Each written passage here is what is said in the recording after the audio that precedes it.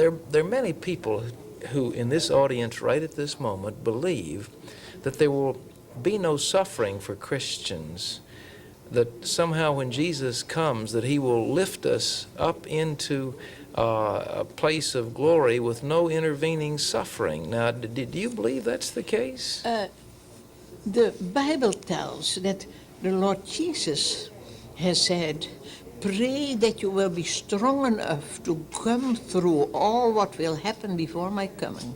And that Jesus is coming soon, Yes. I think we all can know. For all the signs of the time we can now read in the newspapers. Yes. And when these things happen, Jesus said, when all these things happen, that generation will not pass away before I come. And I believe we are the generation that these things happen. But the Bible tells that the Lord said, in the world you will have tribulation, but be of good cheer, I have overcome the world. And so you think that's a definite, in a sense, a promise of God? We will have tribulation. Yes, No question about it. And you know, we mustn't be too amazed when we have to suffer for the Lord. For it is written in the Bible.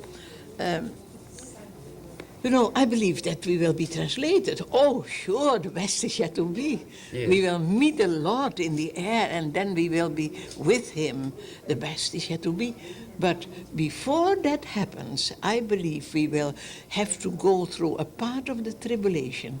And there is now tribulation.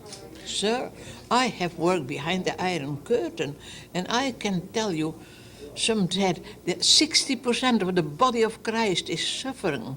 Now, Right now. Watchman Nee said, when my feet were whipped, my hands suffered pain. And I believe we as body of Christ must suffer with that part that is suffering now persecution, terrible much. But I was once in Usumbura in Africa. And I don't know the political background, but that week, every day, there was a new government, and every day Christians were killed. And I remember that I stood there in the church, and I saw that the people were afraid. They looked at each other. Will he be killed this week? Will she be alive next week? Will I be? Will they kill me? And then I said, oh God, give me a message for these people. And the Lord gave me 1 Peter 4:12 from the translation of Phillips. And I read, now dear friends of mine, I beg you not to be unduly alarmed at the fiery ordeals which come to test your faith as though this were some abnormal experience. You should be glad, because it means that you are called to share Christ's sufferings. One day, when he shows himself in full splendor to men, you will be filled with the most tremendous joy.